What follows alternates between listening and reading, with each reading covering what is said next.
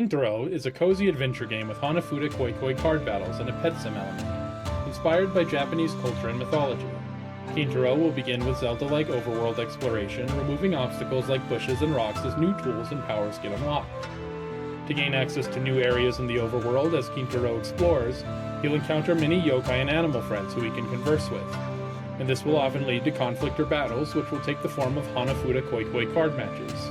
Hanafuda, or flower cards, originated in Japan in the 16th century, when Portuguese traders introduced Western-style playing cards and gambling. However, when Japan banned foreign cards and gambling during the Edo period, locals created their own new designs to evade bans, eventually leading to the development of Hanafuda decks by the 1700s. Each deck features 12 suits of floral imagery, one for each month of the year. The game Koi-Koi is the most popular way to play Hanafuda. It likely evolved during the Meiji era in the late 1800s, and remains widely played in Japan and Hawaii today. Interestingly, Nintendo began in 1889 as a Hanafuda card manufacturer.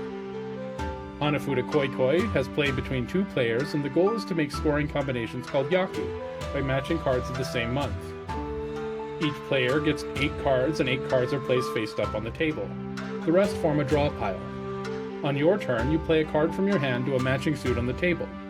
If you make a match, you claim both cards and add them to your scoring pile. If you can't, you place one of your cards face down on the table, or face up on the table. Next, you draw a card from the pile and repeat the matching process. Special card combinations called yaku are winning combinations that allow you to score points. By having 5 brights or more, 5 animals or more, 5 scrolls or more, or 10 fields or more, you claim a basic yaku. There are also special combinations, such as the Inu Shika Cho, or Deer, Butterfly, Boar animal combination, as well as having 3 poetry scrolls or 3 blue scrolls. When you score a yaku, you have the opportunity to call Koi-Koi, which means come, to continue the game and increase the score multiplier by 1, opening up the risk that the enemy opponent might take the next score, but also giving yourself the opportunity to double your points. Otherwise, you can call stop and end the round now, claiming the points you won that round from your enemy's pool of points. Each player starts out with 30 points. At the end of 3 rounds, whoever has the most points wins, unless a player loses their 30-point pool to the other player entirely. Then they lose automatically. Now, I want to talk a little bit about my pipeline for bringing game characters into Kintaro. I start with a character concept or inspiration, and use this as a starting point for creating a model in Blender, starting by subdividing the source cube. Because humans are symmetrical, you can use a mirror modifier to extrude the arms and legs from the cube at the same time.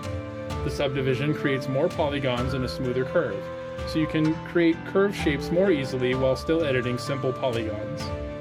After refining the model and getting it to where you want it to be, you need to create details like hair. I created strands of hair in unique shapes using curves to set up custom shapes, and then I made different sizes and lengths and arranged them on the head based on the hair shape of my model reference. After creating the base mesh and all the details I wanted for the model, it's time to texture it. Start by UV unwrapping and creating a UV map.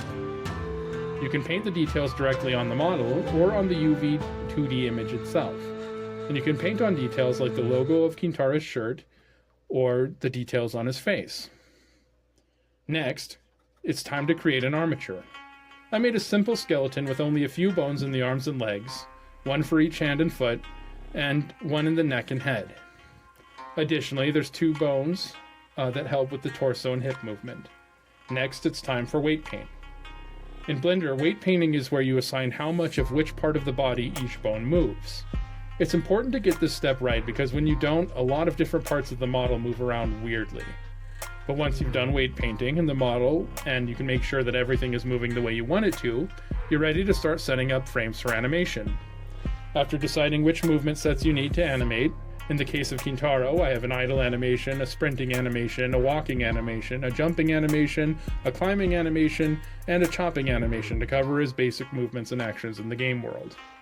When you're done creating all the keyframes, you're ready to export the model as an FBX in Blender, being sure to set the path to copy so that the textures export properly, and to include only what you need. I'm not going to be exporting any lights or cameras, just the mesh and the extra curves I've added for hair detailing and the armature for animation.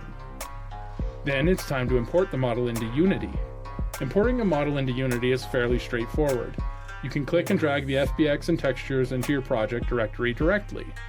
Then it's time to make sure each of those animations are set up as clips for movement. Once you set up the animation settings on the model inside of Unity, the game model is ready to use those.